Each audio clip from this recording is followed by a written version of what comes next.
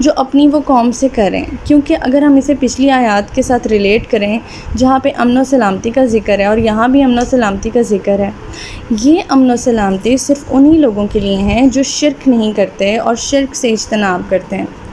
دوسرا ہم یہ کہہ سکتے ہیں کہ یہ قول خالصتاً اللہ تعالیٰ کا اپنا قول ہے، جو ایک حقیقت کے طور پر یہاں سیدنا ابراہیم علیہ السلام کے قصے میں اللہ تعالیٰ ہمیں بیان کر کے سمجھا رہے ہیں کہ شرک اگر کسی شخص نے نہیں کیا تو وہی امن و سلامتی کا حقدار ہے، اور ایسے ہی لوگ راہ راست پر گامزن ہیں۔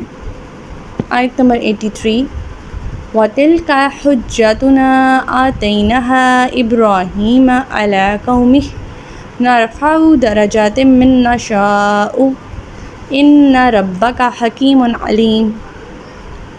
یہی وہ ہماری دلیل تھی جو ہم نے ابراہیم کو اس کی قوم کے خلاف دی تھی، ہم جس کے چاہیں درجات بلند کر دیتے ہیں، بلا شبہ آپ کا پروردگار بڑا دانا اور سب کچھ جاننے والا ہے۔ حضرت ابراہیم نے مشرکوں کو کیا دلیل دی؟ وہ دلیل یہ تھی کہ اگر ہر چیز کا خالق مالک اللہ تعالیٰ ہے تو ہر چیز پر اختیار اور تصرف بھی صرف اللہ تعالیٰ کا ہی ہونا چاہیے۔ یہ کس قدر ناانصافی کی بات ہوگی کہ ہر چیز کا خالق اور مالک تو اللہ ہو، لیکن اس سے اختیارات اور اس کی عبادت میں دوسرے لوگ جو ہیں وہ شریک ٹھہرائے جائیں۔ اس آیت سے ہمیں یہ بھی معلوم ہوتا ہے کہ سیدنا ابراہیم علیہ السلام کی قوم بھی اس بات کی قائل تھی کہ اس کائنات کا خالق اور مالک اللہ تعالیٰ ہے۔ اگر وہ اس بات کی قائل نہ ہوتی تو اس بحث کا انداز بیان کسی اور انداز سے ہوتا۔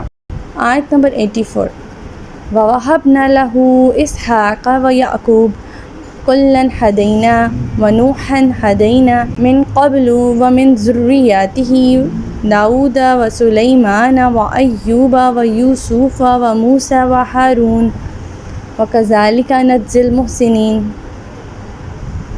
اور ہم نے ابراہیم کو اسحاق اور یعقوب عطا کیے، اور ہر ایک کو ہم نے سیدھی راہ دکھائی، اور نوح کو اس سے بیشتر ہدایت دے چکے تھے، اور اس ابراہیم کی اولاد میں سے ہم نے داؤد، سلیمان، ایوب، یوسف، موسیٰ اور ہارون کو ہدایت دی تھی۔ ہم نیکوکاروں کو ایسی ہی جزا دیتے ہیں۔ یعنی اللہ تعالیٰ یہاں فرما رہے ہیں کہ حضرت ابراہیم علیہ السلام کو جس طرح سے اللہ تعالیٰ نے ہدایت دی تھی، اسی طرح ان کی اولاد کو، جن میں اسحاق اور یعقوب تھے، ان کو ہدایت بخشی۔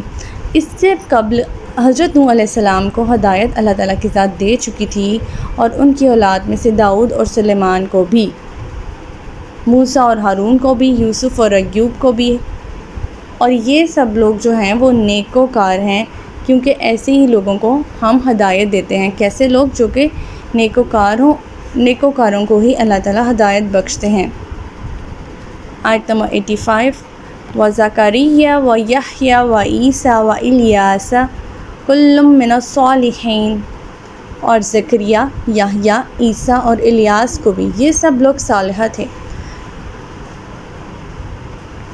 یعنی جہاں پہ اللہ تعالیٰ فرما رہے ہیں پچھلی آیات کے ساتھ، اگر ہم اسے ریلیٹ کریں گے، ابراہیم علیہ السلام کی اولاد اسحاق کو اور یعقوب کو بھی اللہ تعالیٰ نے ہدایت بخشی، جیسے ابراہیم علیہ السلام کو ہدایت بخشی تھی۔ اس کے بعد اللہ تعالیٰ نے ڈفرینٹ پیغمبروں کا ذکر کیا ہے، جس میں حضرت نوح علیہ السلام ہے، داؤد علیہ السلام ہے، سلیمان علیہ السلام ہے، ایوب علیہ السلام ہے، یوسف علیہ السلام ہے، موسیٰ علیہ السلام ہے، ہارون علیہ السلام ہے، اور اس آیت میں زکریا علیہ السلام ہے، حضرت یحییٰ علیہ السلام ہے، حضرت عیسیٰ علیہ السلام ہے، اور حضرت الیاس علیہ السلام ہے۔ یہ سب لوگ اللہ تعالیٰ فرما رہے ہیں کہ صالحہ لوگ ہیں، نیکوکاروں کو ایسا ہی صلہ دیتے ہیں اللہ کی ذات۔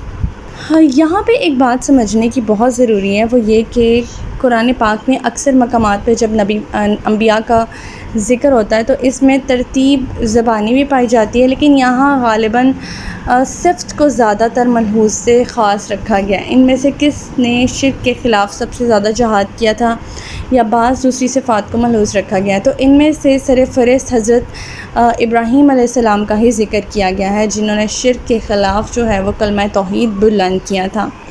اللہ تعالیٰ نے حضرت ابراہیم علیہ السلام کی اسی صفت کی بنا پر انہیں اپنا دوست بنا لیا۔ پھر اب جو ان پہ انعامات ہوئے وہ یہ انعامات ہوئے کہ سب سے بڑا انعام تو یہ تھا کہ ان کے بیٹے اسحاق اور پھر ان کے بیٹے یعقوب کو نبوت سے سرفراز فرمایا، اور آئندہ کے لیے نبوت انہی کی اولاد سے مختص کر دی گئی۔